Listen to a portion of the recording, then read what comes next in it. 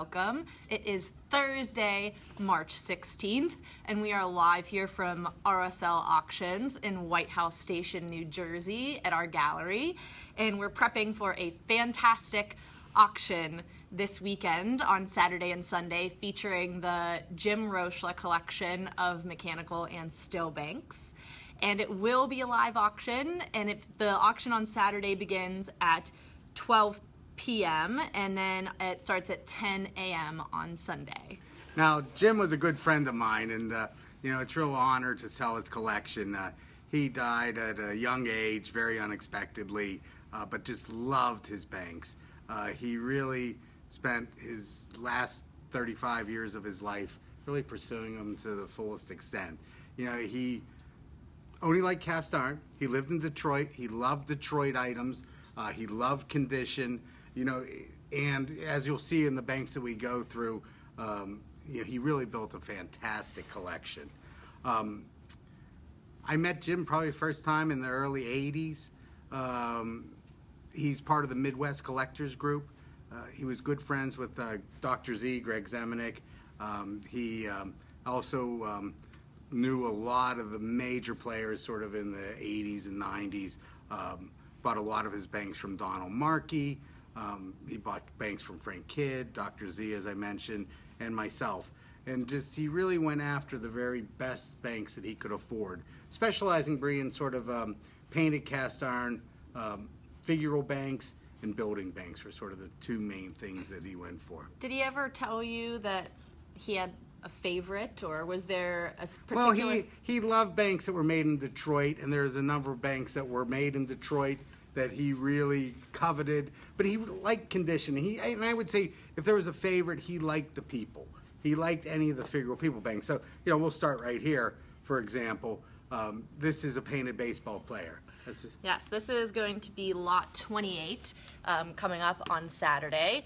And as you can see, as Ray has said, Jim's condition is just absolutely, I would call this pristine. There's barely any chipping on him, and you'll see that in a lot of his figural banks. So. And that's really indicative of his whole collection, Bree. He just liked banks of this condition. He actually has 3 baseball players in this bank. Oh, wow. And there's a number of variations. So this is what they call the polychrome version. So it's painted with a blue uniform, red socks, red cap, and then his face is actually painted in a flesh color. What you'll usually see with the baseball player is just he's painted all in gold with a silver bat. And then Jim also has a very rare variation that he's actually painted in gold with a flesh-colored face, which is very unusual. It has a different type of screw in the back, a square screw. So Jim has all 3 of those. If you have a chance to look online, you'll see just the condition that he went for. Like, for example, here's our next bank here. This is another one. This is baseball and 3 bats, and it is lot 156 in the Saturday auction. So once again, as you can see, the condition on this is just beautiful. The patina, it's shiny. I mean, it goes very, very well with the baseball players. And I think that it's just a wonderful bank. Yeah, this one they call the official 1914 League Ball. Baseball and 3 bats is what we also call it. American and National League. One of those banks, Bree, that there's a lot of crossover. So you have baseball players, baseball collectors that will buy this bank collectors like it. It's even one of the banks that still mechanical bank collectors will really covet because it goes nice with a Darktown Battery bank. And anyone that likes sports, the Calamity Bank, Darktown Battery, they're really a nice addition to any collection. And I would like to add for this one, the provenance is Donald Markey, previous to Jim. So. A lot of people knew Donald. He was a good friend of mine. We did a lot of traveling together. Donald had an amazing eye.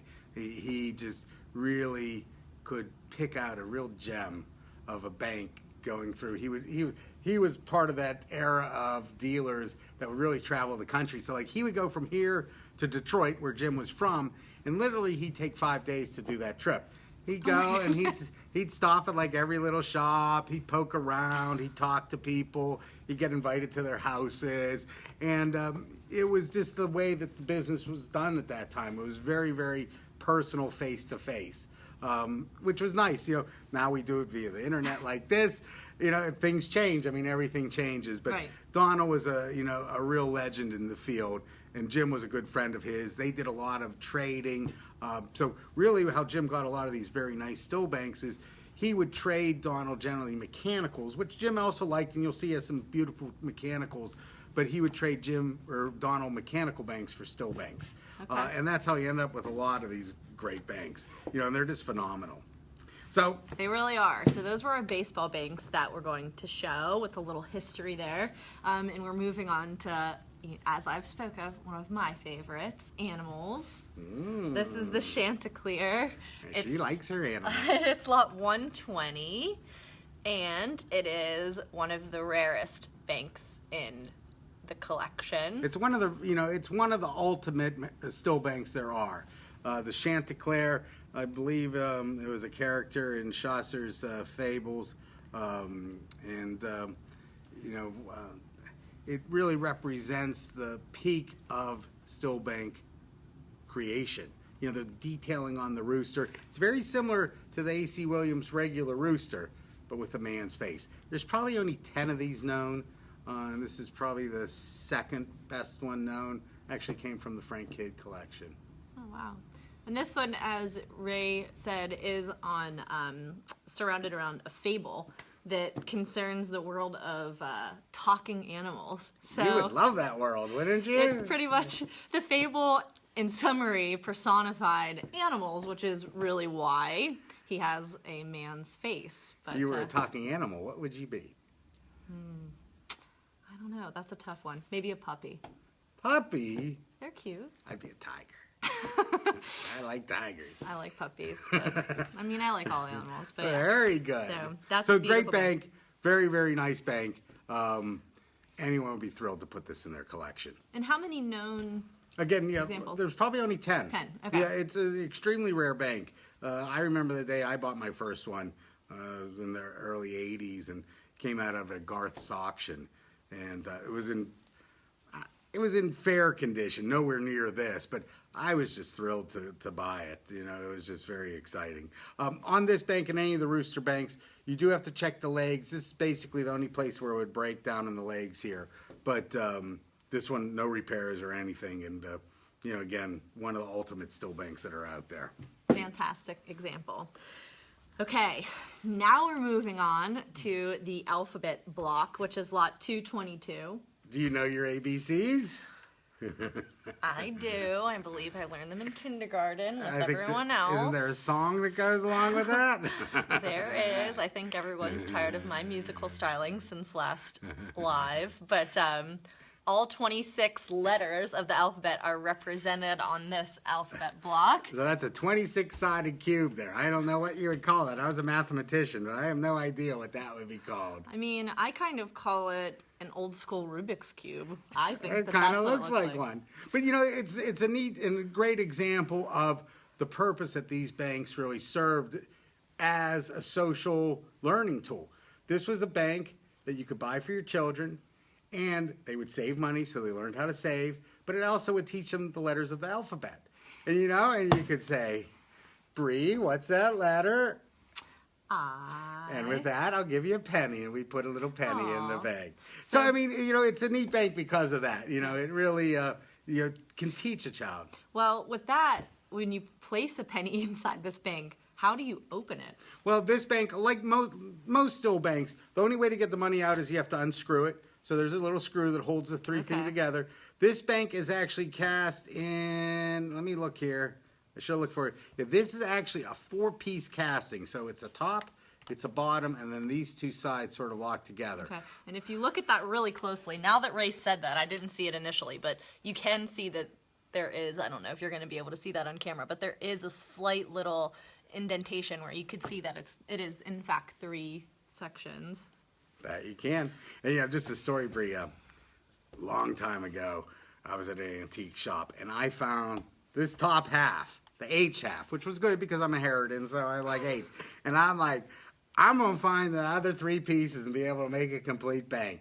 And that was about 35 years ago.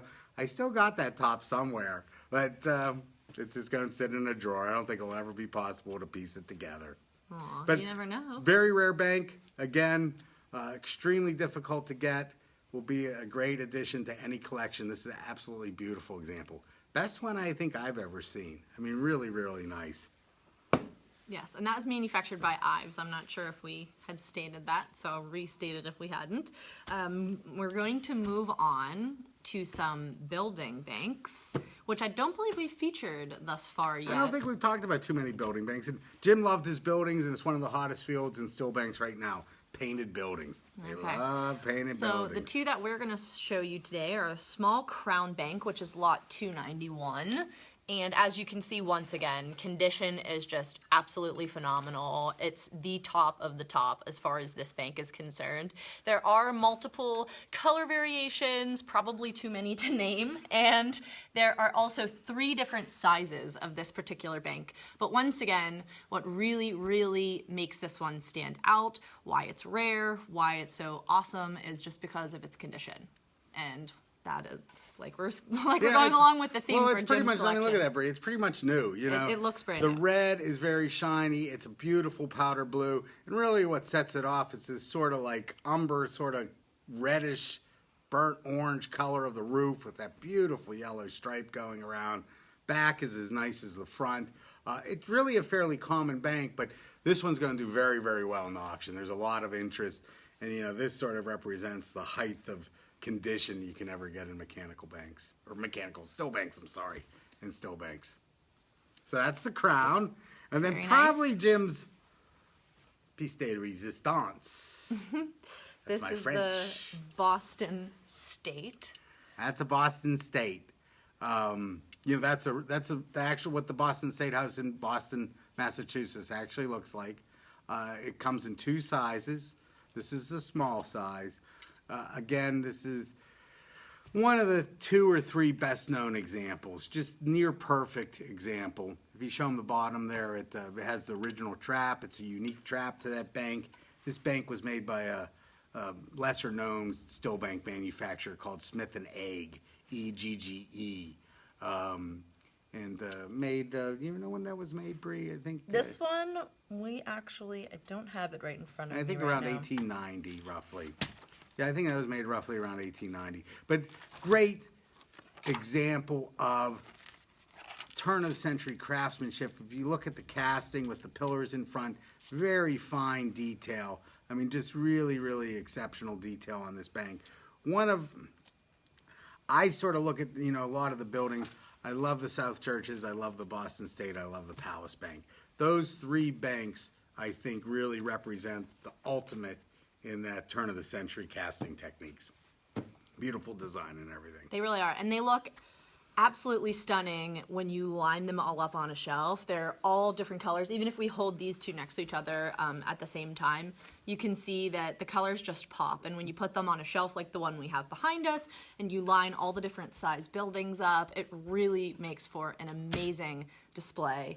I'm a big fan of these ones. Well, you know, usually building collectors, you have a lot of architects that will collect these, especially in New York City. We have a lot of clients in the city because they live in cityscapes, so they like to create miniature cityscapes. So, fortunately or unfortunately, usually you don't own just one crown or one Boston State. They'll sort of try to put together a city and maybe have, because with with the Crown Bank here, yeah, there's probably 20 color variations. And then there's 3 size variations, and then there's some other minor type variations, how they were fastened together, number of pieces. But there's a lot of diversity, and they'll come in a lot of different colors, so you can really sort of make your own city. That's a nice way to collect. So there are a lot more in the actual auction, but those are the 2 that's we're just featuring. a small sampling of all the banks in Jim's collection. But you go online, you know, I think he has about 360 or 70 still banks and maybe about 40 mechanicals. Which we're going to move along into now. On to the mechanicals. So this one is called The Dentist. It is lot 374. And as Ray said, it's one of Jim's mechanicals. It's a beautiful, beautiful, once again, condition, pristine of this bank. Yeah, it's a great example. This made, I guess, what I'd like to say about this bank is, one, it has one of the best actions of any mechanical bank out there. The coin actually goes in his pocket, and then there's an activating lever here. Now, well, let me start from the beginning. This bank very, very, very often is a reproduction. Okay. Most of the ones you'll see online are reproductions of the original. Why is that? It's a popular bank. It has great subject matter. You have a black gentleman going to the dentist, getting a tooth pulled, which in itself is sort of amazing because would they actually go to a dentist at that period? You know, this is 1890. You put the coin in his pocket. When I operate this bank, I like to put my finger back here, and you'll see why. Bree, why don't you press the lever right there? Okay, we're gonna hold it up so you can see. And when you do that, he pulls the tooth out of his patient. Patient throws his arms up in despair, like, oh no. And then you can see there's a tooth, a little bloody tooth there. Very realistic for the time. And then the coin actually gets dropped into this, as they call the gas bag. So that's supposed to be like your nitrous oxide to make the patient feel real good. Now the reason I put my hand back here is the patient will very often flip back with such force that it can crack the chair. So I do recommend whenever you're operating an original one, Bree, to brace it. So you put your finger back there and it just hits your finger and just you don't get that metal on metal clank. It's also a little tricky in cocking. You sort of have to do it simultaneously. You have to bring the dentist up as the patient forward and get it under the knee. And then it will actually go down into place. And then again, ta-da! It's a good one, isn't it? Tooth is pulled. It's good, I like it. Yeah, it's a classic mechanical. Comes in either a gray base, which this one is, or also a blue base. It's a must for any bank collector. It's an early bank. Like Ray said, it's 1890, so. Yeah, it's a dentist. One of Jim's highlights. The dentist. And now we're moving on to one that is fitting of our holiday tomorrow, St. Patrick's Day. Bree's favorite holiday? Well, one of my favorite holidays. What's your other favorite holiday? I'm a pretty big fan of Halloween, too.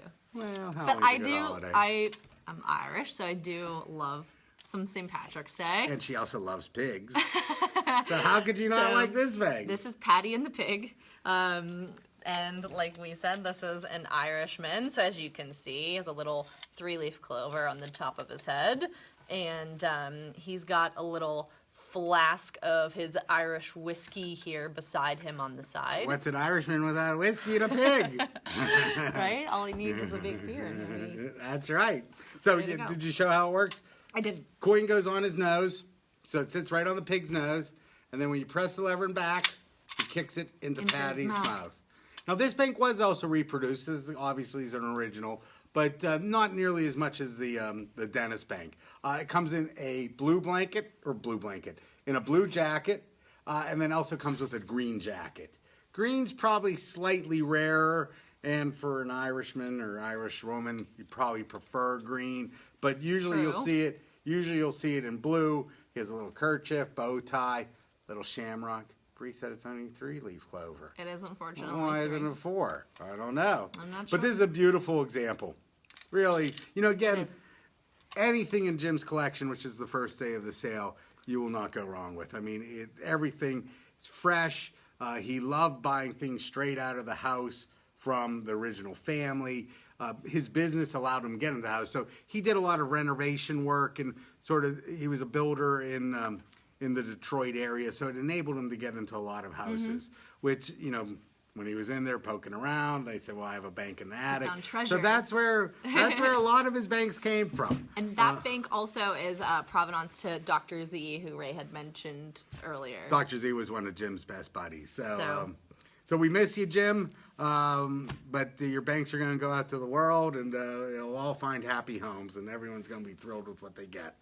That they will. So, and I was lucky enough, I didn't get the chance to actually meet Jim, but I was lucky enough to meet his kids, Jennifer and Michael, and they were so wonderful to us, and yes. Yeah. It was nice.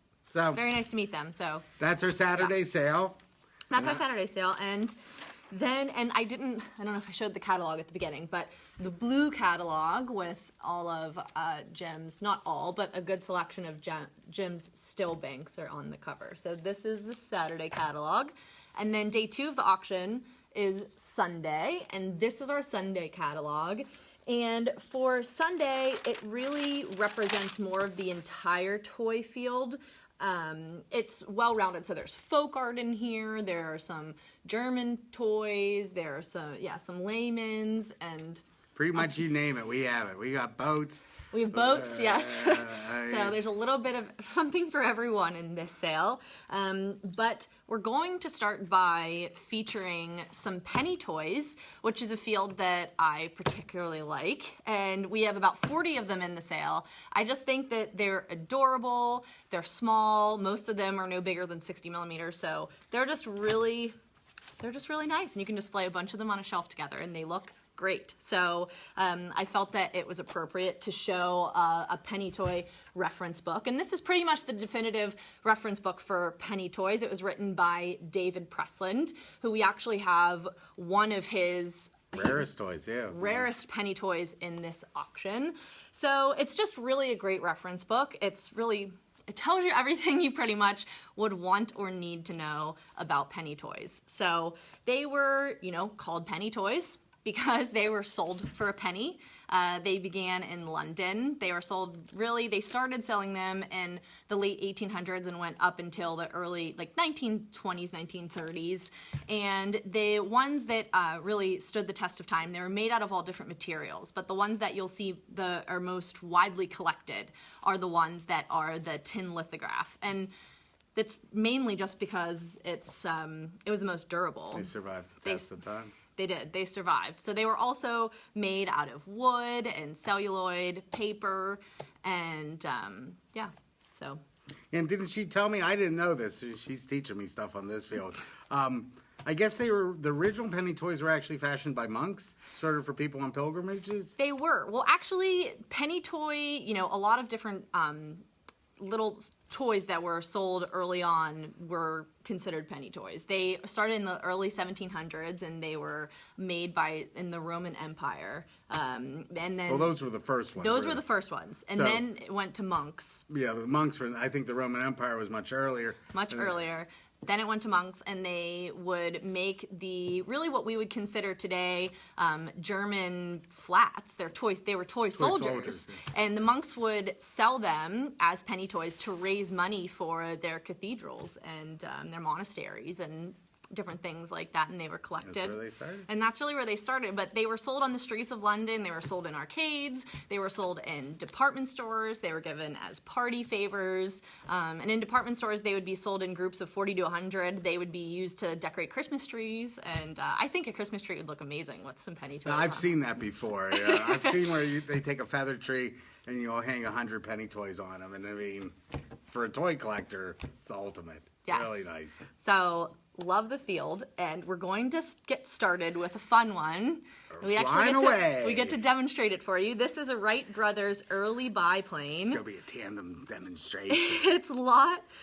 All right. There we go. So we can go back and forth. Yeah. It's lot. It's a biplane. Lot 626 in our sale. It's about circa 1905. It was made by a company called Dissler. And as you can see, I'm going to bring this a little closer. It's very fun to demonstrate. It's small, and it's just adorable, like I said, Yeah, and it's pretty close to the original Wright Flyer. Again, very rare. It has original string on there, original tags. Tough toy to get there. And it's pictured on page 168 of David Pressland's book. Very good. And next, we're going to move on to the woman and this is lot 635. It's made by a company called Meyer. And once again, it's just adorable. So, woman pushing a pram with a child in there. Yes, a pram. And what's neat with that one, you show them breathe, the feet actually sort of spin in circles, so it looks like she's walking. Yeah, but she has multiple feet. Yeah, multiple feet. So. Kind of a little Flintstone-esque. It is a little Flintstone-esque.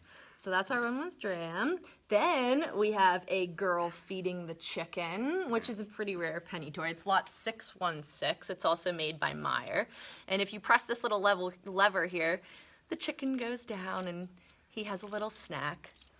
She likes chickens too. Any animal she likes. What can I say? I do like them. So you can see the color in these toys. Yes, are they're really very fun. colorful. They're just fun. You know, you can line them up next to each other. And Okay, now the ultimate. yes, now this is the Sweepin' Boy. It's lot 618. And it is Provenance David Pressland. It was made by Meyer. It is the rarest penny toy we have in the sale. It's one of the rarest penny toys there are. Yes. We believe it's the only one known. Yes. And It's it's the one just, actually pictured in David's book. it is. It's the one pictured in the book. And Look, I didn't know this. yes, now this is very cool. So a lot of penny toys also doubled as candy containers, which I love candy, so that makes them even better. But this one is a candy container as well, but it's hidden. So it's above the axles of the wheels, and you slide this tray out here, and you would be able to put little candies in there. That's so pretty cool. it's Again, pretty neat. Penny toy expert here. This- I didn't know that either. It's She very knows cool. things I don't know. So Where'd you learn all this that? is neat. I think she told me she read a book. I did. I did, see?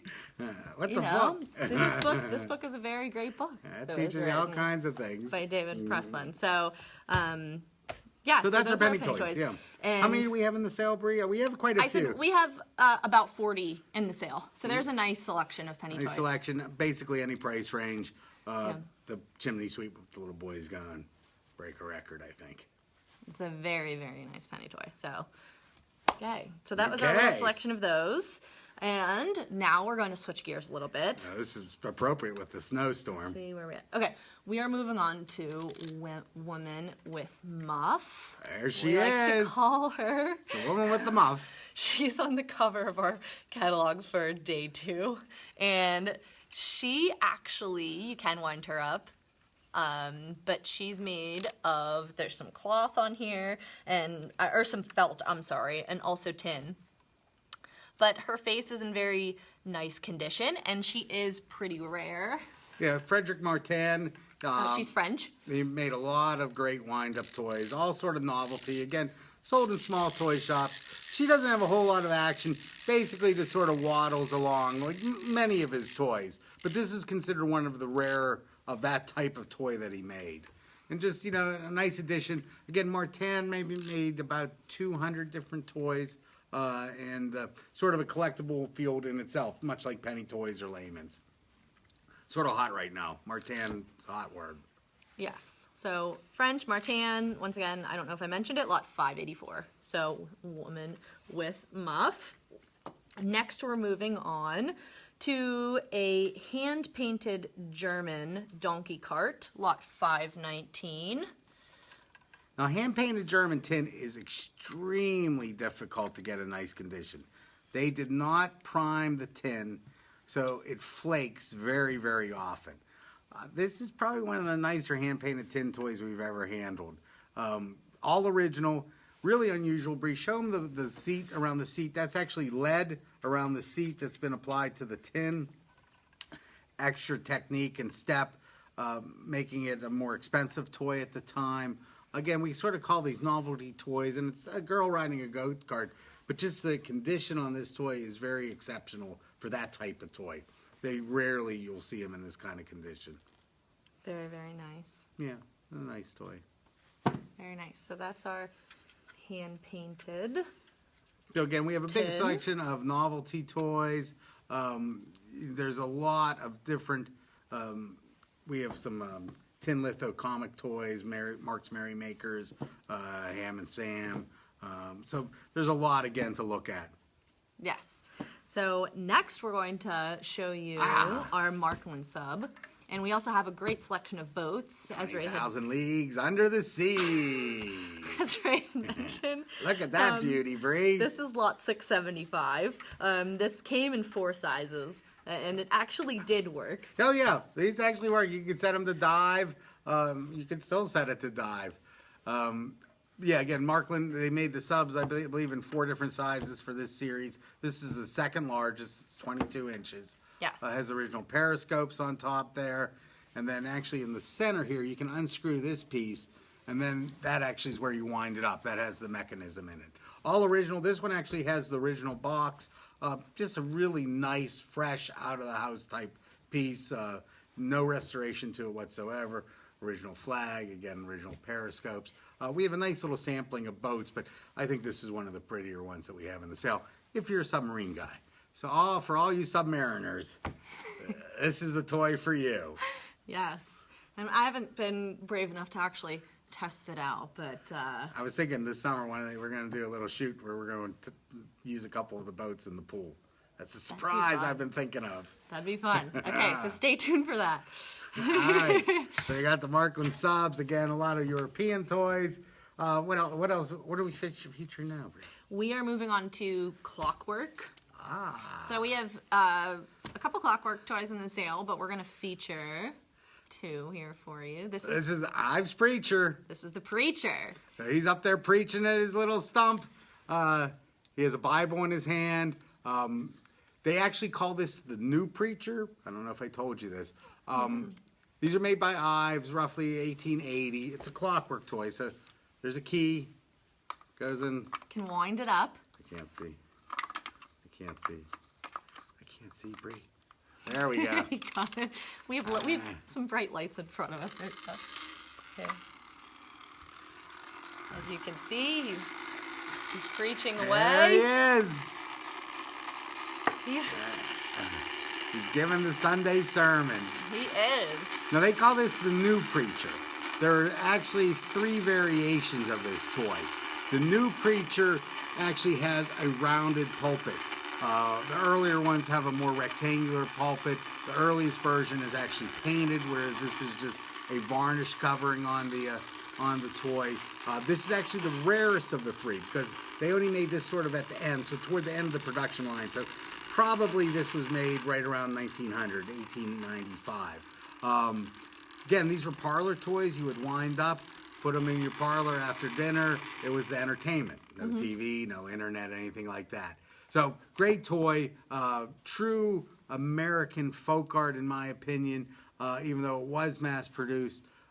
See his little coat there. He's even got little coattails and buttons and his nice plaid pants. Yeah, these were very popular toys. They sold a lot of them at the time, and you know, it sort of was a melding of a lot of the industries they had in the Connecticut area at the time. There were a lot of clock manufacturers. There were a lot of that was the heart of manufacturing in America at the time, and sort of they got into the toy industry, and that's sort of how they melded the woodworking, the metalwork, the clockworks mechanisms with them, and they produced a whole series. So another one, and you'll see this very common in a lot of these Ives toys, very similar toy. So it's a very similar figure. This is called the Stump speaker. Yes. So this is the politician out there trying to get your vote, which again is very interesting because, as you can see, it's a black politician, which must have been extremely rare at the time. So I've never really been able to determine really what the social significance was. But I mean, to see a black politician with a carpet bag and an umbrella, he has a cigar coming out of his mouth. He's got a little bow tie on. Bow tie. And this one has a cast iron table. This toy is fairly much rarer than the Preacher. But if you see it, it's essentially the same figure, and that's what Ives did. They basically used this figure. They could dress it as a male figure. They could dress it as a female figure, and they would make slight variations to make a new toy. Again, Clockwork. I'm going to wind her up. And wind up. I can't see again. There we go. It's a little tricky in here. Whoa, he's right. Look at him go. Someone's a little fired up today. He's fired up. Someone is fired These up. are very rare. Great condition on this one. Really a great toy. Yes. Look at that face. Aw. Yeah, nice toy. I love these Clockwork toys. That's very nice. Okay, so that's our Stump speaker. Those are Clockwork toys. We have a nice selection of those.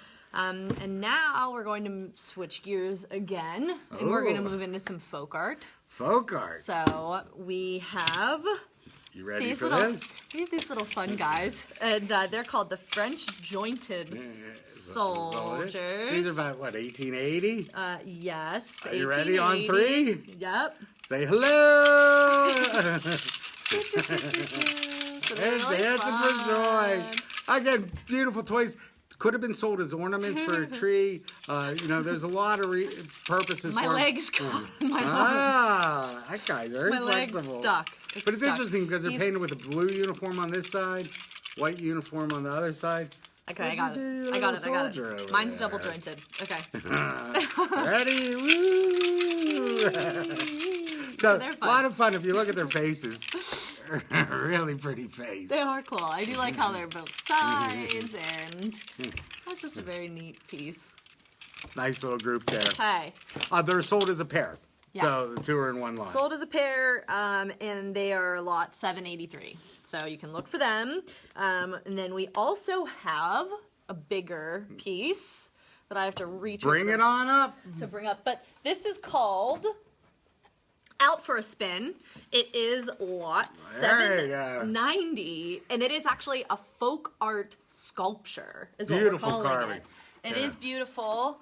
Let me get a good grip on it. And it is a family on a road trip.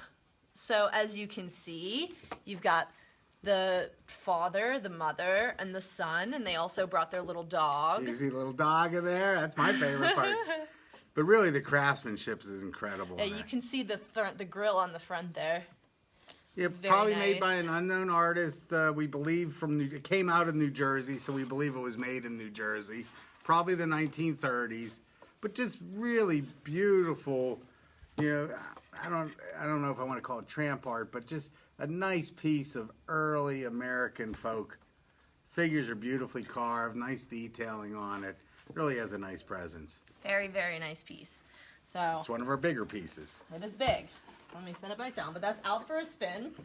And next, we're moving on Oh, we to got all kinds of fun things here. a guy that has been sitting behind Who's us this guy? entire time. This is the Dandy Ball Toss, and I love him because I'm personally a big fan of carnivals, and he was a carnival game, and what you do is you would throw the ball at him, you would hit this, and as you can see, his head comes forward, and the ball comes out, and there's 3 trays at the bottom. Score points.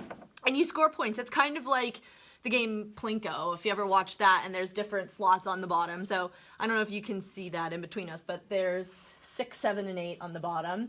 He's lot 796 in the sale.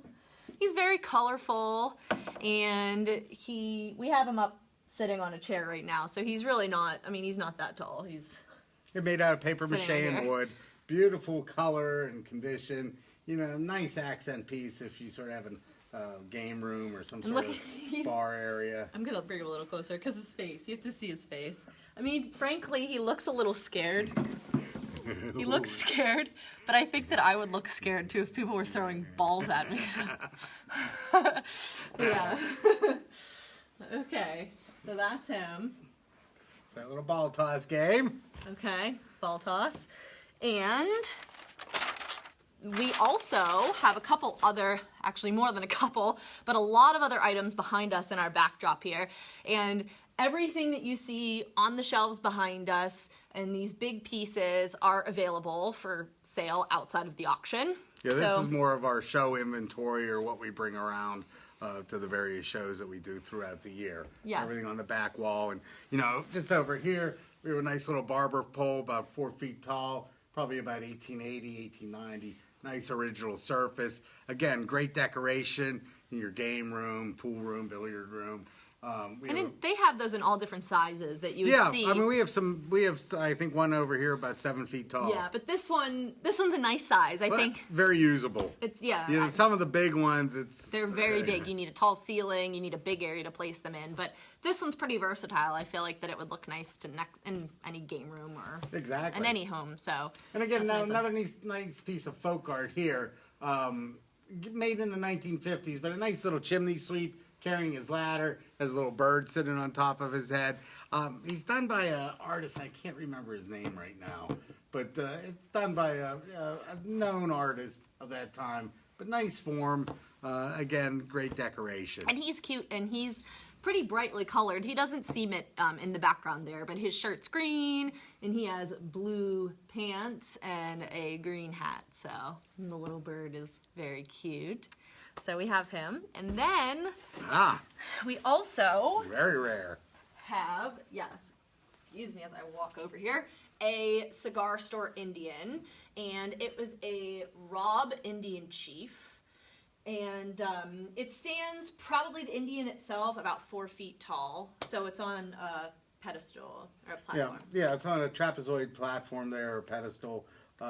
Actually, you can't see, but on the bottom is Frank Holt's Cigar and Tobaccos and Pipes, 1839 Central Avenue. I believe it was in New York somewhere. And this came from a very famous folk art collection, the Haffenreffer collection, who they were a brewing family, but they built a tremendous collection of folk art. They sort of numbered all their pieces. This says number 260 on the base there. So, and really what makes this one particularly rare is that it has 3 different varieties of tobacco. So you'll see here there are not only tobacco packs, but you also have some cigars, and you also have a tobacco box. The box says the choice, the perfect choice, and these say #1 smoke best. So that's really, like I said, rare to see. Also, this gentleman is holding a rose, and he also has earrings, and he's really, with the rose in his hand, more of a docile version of a cigar store. Yeah, a lot of times they'll have like a tomahawk or a knife or something like that. And he can be confused sometimes with a woman because he does have these big earrings, but that's really what Indian chiefs wore. So, Indian chiefs like to be fancy. they're very fancy. But great Indian. I mean, that It is. if you're looking for a nice Indian, they don't get a whole lot better than that. It is. It's a beautiful, beautiful piece. So with that, I believe those were all the items that we had to feature for you today, but we also have a couple announcements. So the auction, like we stated earlier, begins on Saturday at 12 p.m. and it begins on Sunday at 10 a.m. and it's at the RSL Gallery in White House Station, New Jersey. If you don't know where that is, or if you need more information or directions, you can jump on the RSL auction website, which is rslauctionco.com. And if you have any, if you need to contact us for any reason, if you'd like to place a bid, we have absentee bid forms on there. You can see both of our full catalogs on our website, and you can take a look for yourself. If you can't make it to the gallery, you can also jump on Liveauctioneers.com, and you can search in the top search bar RSL auctions. Both auctions will come right up. You can register to bid. You can place your bids online whenever prior to the sale, or you can actually bid live during the sale online if you're unable to make it. If you have any questions at all, feel free to call our gallery. We'll be here all weekend. So we're more than happy to help. You really should try to get out here. We have a 5,000 square foot gallery packed with all this kind of stuff. So This there's is a just lot a to small look at. selection. This is one wall. I think there's about 20 walls in here. How many square feet is it, right? 5,000 square feet. 5,000. And I think we got another 1,000 downstairs too. So it's a nice place. We don't have normal operating hours, but generally there's people here during the week. But I always recommend that you call first to make sure that someone's here. But we do have a great selection of things to choose from. Most certainly. So we'd love to see you, and if you can, stop by this weekend for the auction.